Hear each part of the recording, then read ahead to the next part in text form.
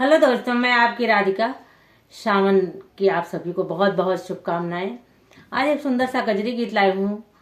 देखिए, एक पत्नी अपने पति से कह रही है कि मुझे हरे रंग की साड़ी ला दीजिए। सब हमारी सखियां पहन पहन के झूला झूलने जा रही हैं और हम भी जाएंगे, तो आप मुझे लिए एक हरी हरी साड़ी ला दीजिए, क्योंकि हमारे पास है नहीं हरी साड़ी।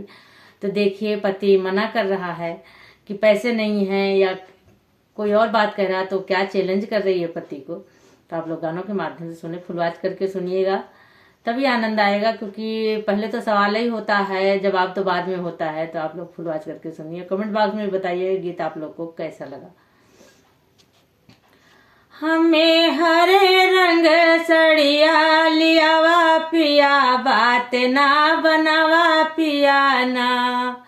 हमें हरे रंग सड़िया लियावा पिया, बात ना बनावा पिया ना।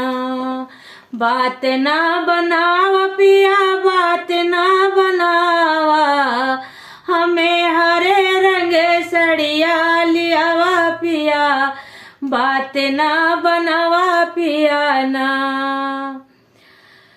कौनो चली ना बहाना, न तो बंद करब खाना। कौनो चली ना बहाना, न तो बंद करब खाना। तोरा समझब न कौनो मजबूरी पिया, केतनो जरूरी पिया ना। तुमनो समझब न कौनो मजबूरी पिया, केतनो जरूरी पिया ना।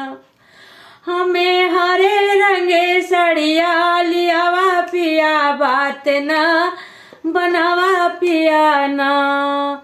अगर सड़िया ना लिये बघरवा आई के पाछतैब। अगर सड़िया ना लिये बघरवा आई के पाछतैब। बघरवा आई के पाछतैब, बघरवा आई के पाछतैब।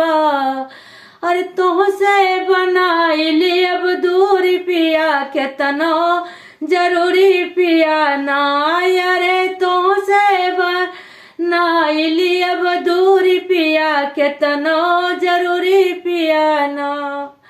हमें हरे रंग सड़िया लियावा पिया, बात ना बनावा पिया ना।